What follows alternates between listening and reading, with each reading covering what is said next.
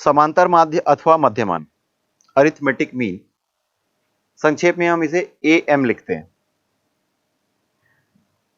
तो आपने पूर्व कक्षा में पढ़ा है कि माध्य या औसत कैसे निकालते हैं। यदि A और B दो पद दिए गए हों तो इनका माध्य आप निकालते हैं या इनका औसत आप निकालते हैं A + B/2। इसी तरीके से समांतर श्रेणी में हम समांतर माध्य को देखेंगे। यदि तीन राशियां समांतर श्रेणी में हो तो बीच की राशि शेष दो राशियों का समांतर माध्य कहलाती है। तो माना कि दो राशि A और B है और इनका जो समांतर माध्य है ये कैपिटल A है, तब हमें जो समांतर श्रेणी मिलेगा वो होगा स्मॉल a, कैपिटल A और B।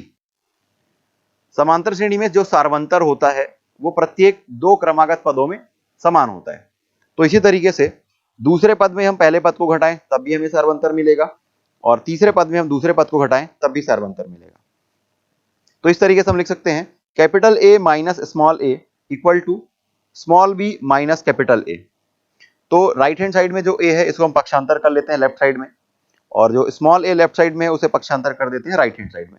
तो इस तरीके से हमें मिलेगा a plus a equal to b plus a, और आगे हम इसे लिख सकते हैं 2a equal to small a plus b, और इस तरीके से हमें मिल जाएगा capital A equal to small a plus small b upon 2।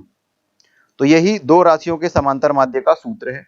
दूसरे शब्दों में हम यह कह सकते हैं कि दो राशियों का समांतर माध्य उनके योगफल का आधा होता है। दो राशियों के बीच n समांतर माध्य पद ज्ञात करना। माना कि दो राशियां A और B है और इनके बीच में हमें n समांतर माध्य पद निवेश करना है, और ये समांतर माध्य पद है A1, A2, A3 up to AN। तो समांतर माध्य की परिभाषा का उपयोग करते हुए हम समांतर श्रेणी हमें मिल जाएगी, वो होगा स्मॉल a, फिर A1, A2, A3 up to AN, और अंत में जो पद होगा वो B होगा। तो यह एक समांतर श्रेणी है। इसमें जो प्रथम पद है ये स्मॉल a है, अंतिम पद जो है वो स्मॉल b है, और इसमें कुल पदों की संख्या होगी n+2। देखिए प्रथम पद a है, अंतिम पद b है, और उसके बीच में हम n पद को निवेश कर रहे हैं। तो इस तरीके से कुल पदों की संख्या जो होगी वह n+2 हो जाएगी।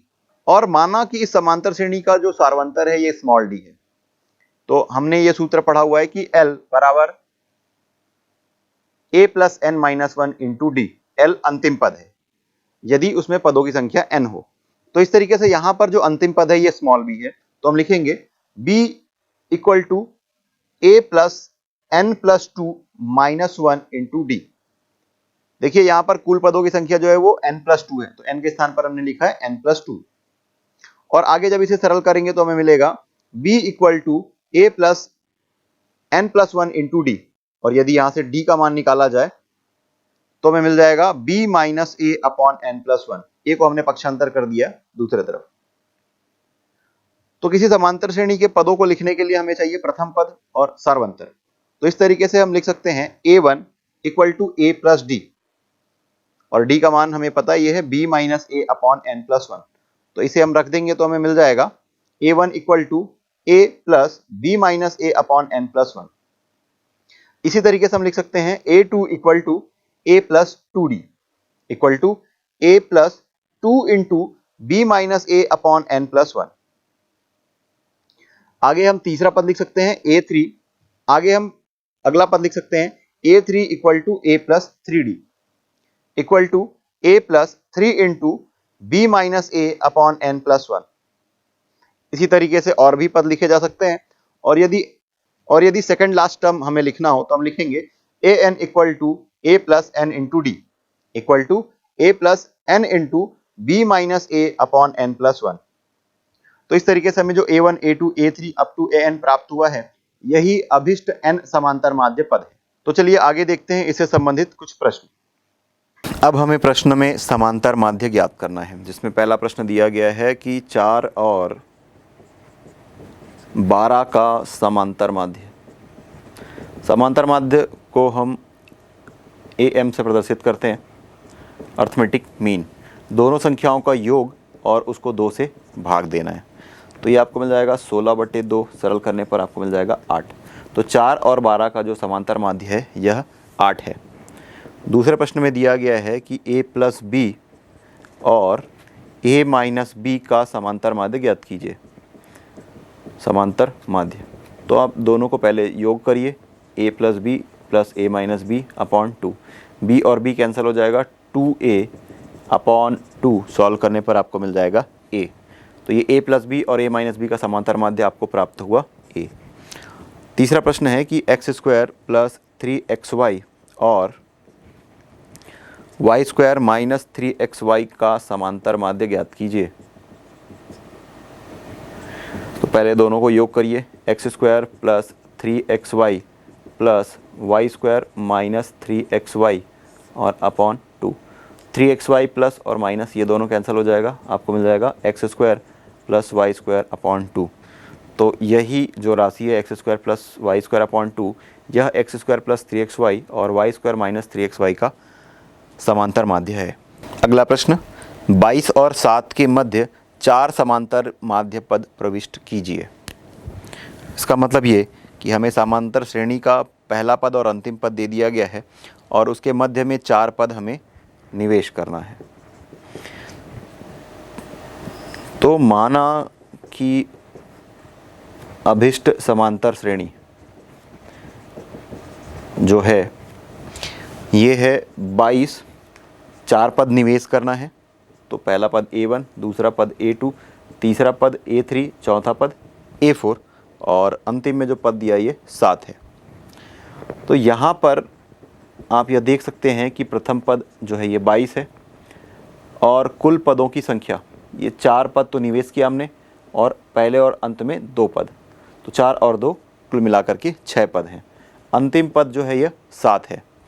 तो इस सूत्र का हम उपयोग कर सकते हैं कि L equal to a plus n minus 1 into d. इस सूत्र का उपयोग करने पर a का मान 22 है, n का मान 6 है और d का मान हमें ज्ञात हो जाएगा यहाँ से, ये 7 के बराबर है।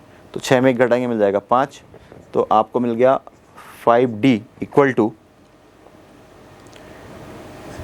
माइनस 15। तो यहाँ से आपको मिल गया d का मान -3। आपको a पता है, आपको d पता है, a1 निकाल सकते हैं। तो a1 इक्वल टू आएगा a प्लस डी और a का मान है 22 या 22 और d का मान है -3। तो 22 -3 कर देंगे, आपको मिल जाएगा 19।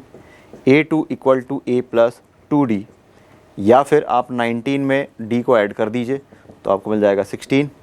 a3 equal to a plus 3d, आप 16 में 3 को -3 ऐड कीजिए तो आपको मिल जाएगा 13। और a4 equal to a plus 4d, आपको सॉल्व करने पर यही मिलेगा 13 माइनस 3 इक्वल टू 10। तो ये जो 4 पद हमें ज्ञात करने थे यह है 19, 16, 13 और 10। 1/2 और 1/3/4 के बीच समांतर माध्य पद इस प्रकार प्रविष्ट कीजिए कि तीसरा माध्य 5/4 हो। माध्य की संख्या भी ज्ञात कीजिए, यह प्रश्न है। तो हल करते हैं कि 1/2 और 1/3/4 को हल करेंगे तो आपको मिल जाएगा 7/4 के बीच तीसरा माध्य 5/4 है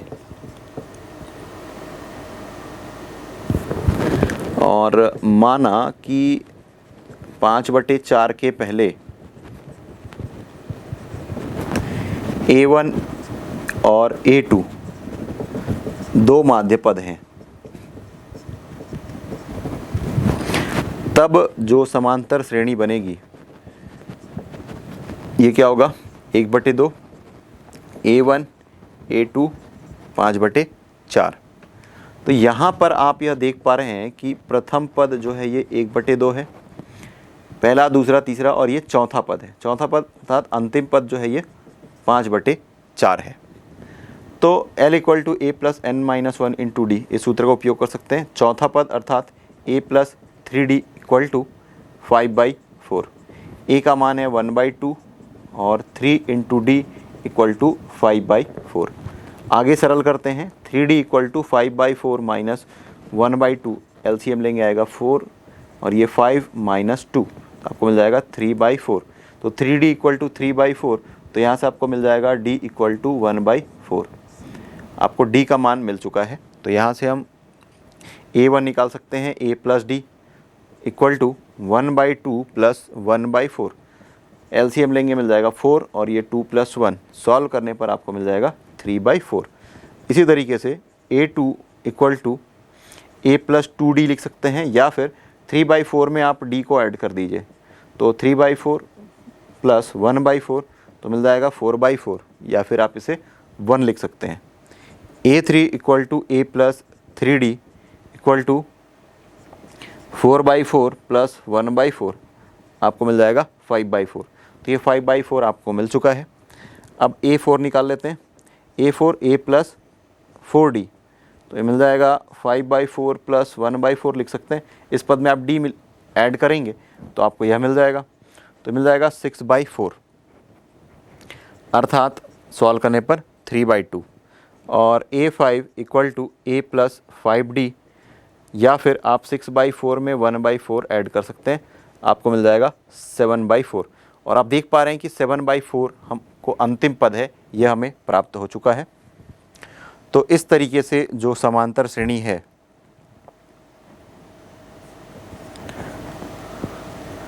अभीष्ट समांतर श्रेणी 1/2, 3/4,